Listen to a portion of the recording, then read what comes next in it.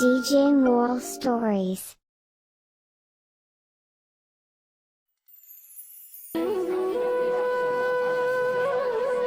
ஆண்டவா விநாயக பெருமானே, என்னோட தொழில ஒரு நல்ல முன்னேற்றத்தை நீதான்ப்பா கொடுக்கணும்.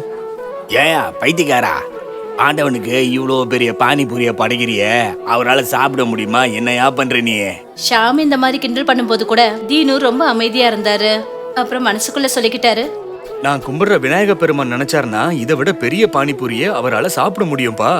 உன்ன மாதிரி பேராசை பிடிச்சவனால அவருடைய லீலையெல்லாம் எப்படி புரிஞ்சுக்க முடியும்? தீனு ஒரு ஏழை பானிபூரி வியாபாரி. வீட்ல அவரோட மனைவி ஆஷா, அப்புறம் அழகான பொண்ணு நிஷா இருந்தா. தீனு விநாயகர் மேல பயங்கர பக்தி வச்சிருந்தாரு. அப்புறம் அவரு விநாயகருக்கு முறையா பூஜை புனஸ்காரம் எல்லாம் பண்ணுவாரு. கூடவே அவருக்கு படையல் வைக்காம, அப்புறம் கடவுளை வேண்டிக்காம அவர் எந்த ஒரு வேலையையும் ஆரம்பிக்க மாட்டாரு. தீனு தன்னோட பொண்ணு நிஷாவை பெரிய படிப்பு படிக்க வைக்கணும்னு ஆசைப்பட்டாரு.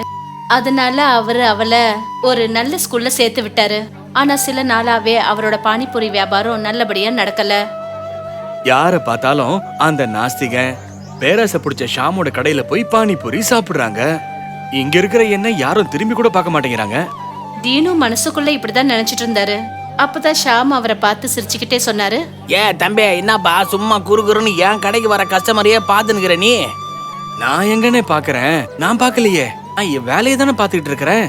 ஏன்டா மூளை இல்லாதவன, நீ பார்த்துட்டா மட்டும் கஸ்டமர்லாம் உங்ககிட்ட அப்படியே வந்து குவிஞ்சிருவாங்களா? நீ வேணா நல்லா கத்தி கூவி வித்து பாரு, வேணா கஸ்டமர் உண்ட வரத்துக்கு வாய்ப்பு இருக்கு. சாயந்தரம் தீனு ரொம்ப சோகத்தோட வெறும் கையோட வீட்டுக்கு வந்தாரு. அவர் வீட்டுக்குள்ள நுழைஞ்சதுமே இன்னொரு புது பிரச்சனை அவர் கழுத்தை நெரிக்க ஆரம்பிச்சது. ஆஷா அவர்கிட்ட சிடுன்னு பேசினா, அதான் பானிபூரி வியாபாரம் சரியா நடக்கல, இந்த வியாபாரத்தை விட்டு தொலைக்கிறது தானே. இப்ப அப்படி என்னதான் கெட்டு போச்சு? என்ன ஆச்சுன்னு கொஞ்சம் சொல்ல. என்ன ஸ்கூலை விட்டு வெளியில அனுப்பிட்டாங்கப்பா. 2 நாள்ல ஃபீஸ் கட்டலன்னா என் பேரை எடுத்துருவாங்களாம். இத கேட்டதும் தீனுக்கு பெரிய அதிர்ச்சி ஆயிடுச்சு. ஏன்னா இந்த சமயத்துல அவரோட வியாபாரம் நல்லபடியா நடக்கவே இல்ல. தினமும் எத்தனை பானிபூரி பண்றாரோ அது எல்லாமே வீணா போயிடுது. இதனால ஏற்படுற நஷ்டத்தையே அவரால சரி பண்ண முடியாம தவிச்சாரு. இந்த ஒரு சூழ்நிலையில நிஷாவோட ஸ்கூல் ஃபீஸ் கட்டுறதுங்கிறது மலையை உடைக்கிற காரியமா இருந்தது. அப்படி இருந்தும் தான் வேண்டிக்கிற அந்த விநாயகர் பெருமான் மேல உள்ள நம்பிக்கையில என்ன சொல்றாருன்னா, என்னோட விநாயக பெருமான் எல்லாத்துக்கும் வழிகாட்டுவாரு. நீ வேணா பாரு, இன்னும் 2 நாள்ல நான் உன்னோட ஸ்கூல் ஃபீஸ் எல்லாம் கட்டிடுறேன். நிஜமாவாப்பா? நான் உண்மைதான்டா சொல்றேன் செல்லம். மறுநாள் தீனு எப்பவும் போல பானிபூரி வியாபாரம் பண்றதுக்கு முன்னாடி அவரு விநாயக பெருமானுக்கு பானிபூரிய படைச்சாரு. அவர்கிட்ட வேண்டிக்கிட்டாரு, எப்பா விநாயக பெருமானே, இன்னைக்கு ஏதாவது ஒரு அதிசயம் பண்ணுப்பா. ஏன்னா என் பொண்ணுக்கு ஸ்கூல் ஃபீஸ் கட்டணும். அதுக்கு ஏதாவது ஒரு வழி பண்ணி, இல்ல நான் உங்ககிட்ட கோச்சிப்பேன். இப்படி சொல்லிட்டு தீனு தன்னோட வியாபாரத்தை ஆரம்பிச்சாரு. ஆனா அன்னைக்கும் ஜனங்க நிறைய பேர் ஷாமோட கடையில தான் லைன் கட்டி நின்னுட்டு இருந்தாங்க. மதிய சமயமும் வந்துடுச்சு. அப்புறம் தீனு மனசளவுல ரொம்ப நொந்து போயிட்டாரு. விநாயகர் என் வேண்டுதல காது கொடுத்து கேட்கவே இல்லைன்னு நினைக்கிறேன். அதனாலதான் கடைக்கு இது வரைக்கும் ஒரு கஸ்டமரும் வரல. தீனு இது போல யோசிச்சுட்டு இருந்தாரு. அப்பதான் முத்தையான பேர் கொண்ட வாட்ட சாட்டமான ஒரு ஆள் அங்க வந்தாரு. அவரை பார்த்தபடி என்ன சொன்னாருன்னா, அரே பானிபூரி எவ்வளோ பாய்? 10 ரூபாய்க்கு 4 சேட்டு. அரே 10 ரூபாய்க்கு 4ஆ? இப்படி சொல்லிட்டு அந்த முத்தையா தன்னோட விரல வெட்டி எண்ணிட்டு இருந்தாரு. அப்புறம் அவர் சொன்னாரு, அரே அதெல்லாம் சரி யார், உன்கிட்ட மொத்தமா எவ்வளோ இருக்குது? இன்னைக்கு நான் மொத்தமா 500 செஞ்சு கொண்டு வந்த சேட்டு. உங்களுக்கு எவ்வளவு வேணும்னு சொல்லுங்க. அரே எனக்கும் 500 தான் வேணும். இருக்கா?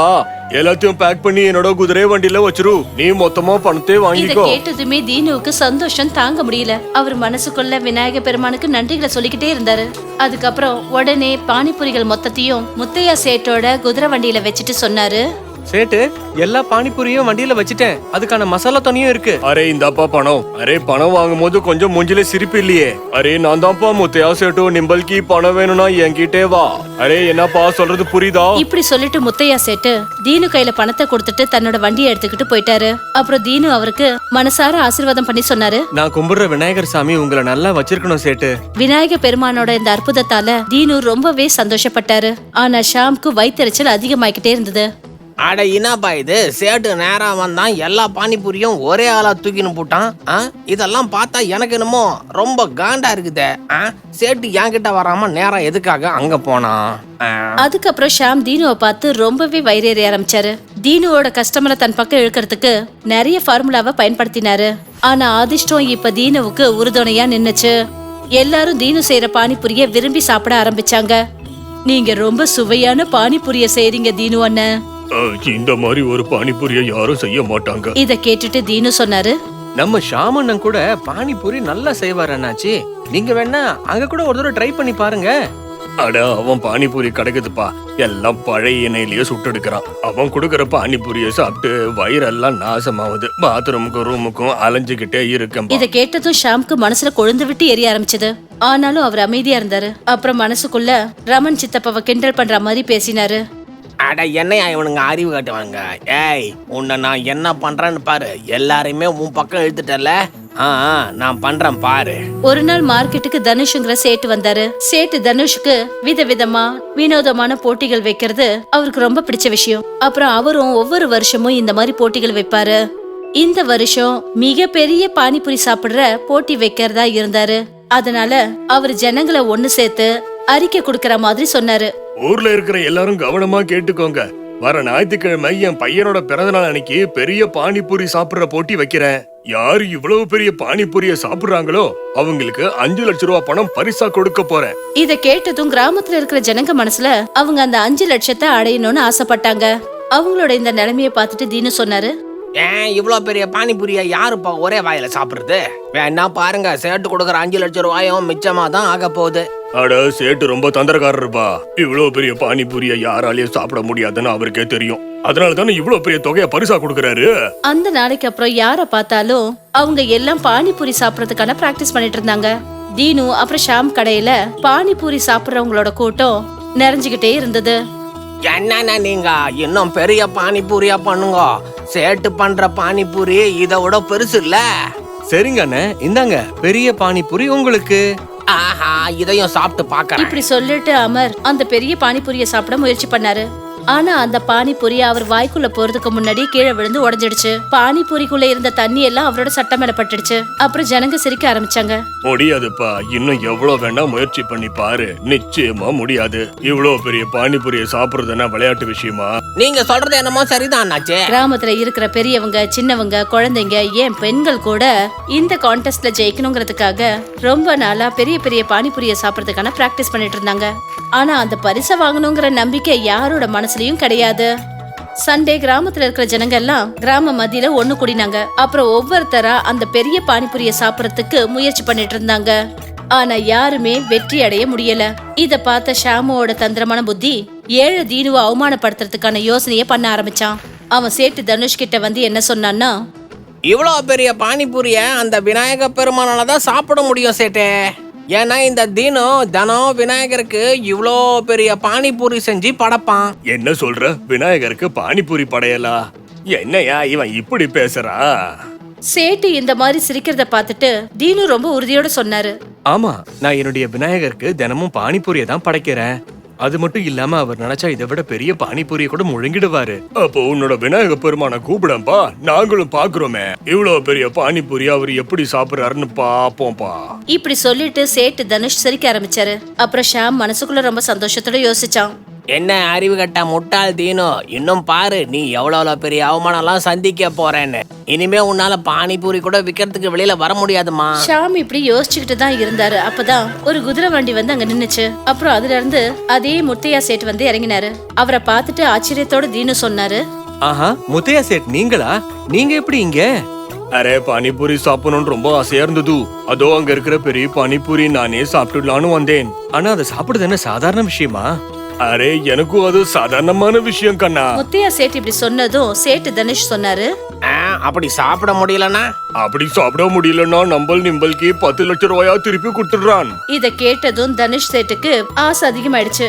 அப்புறம் யோசிச்சாரு, யாராலுமே இந்த பெரிய பானிபூரியை சாப்பிட முடியலையா? அப்படி இருக்கும்போது இவர் மட்டும் சாப்பிட்டுருவாரா? பேசாம இவர்கிட்ட சேலஞ்ச போட்டு இவர்கிட்ட கொள்ளடிப்போமே.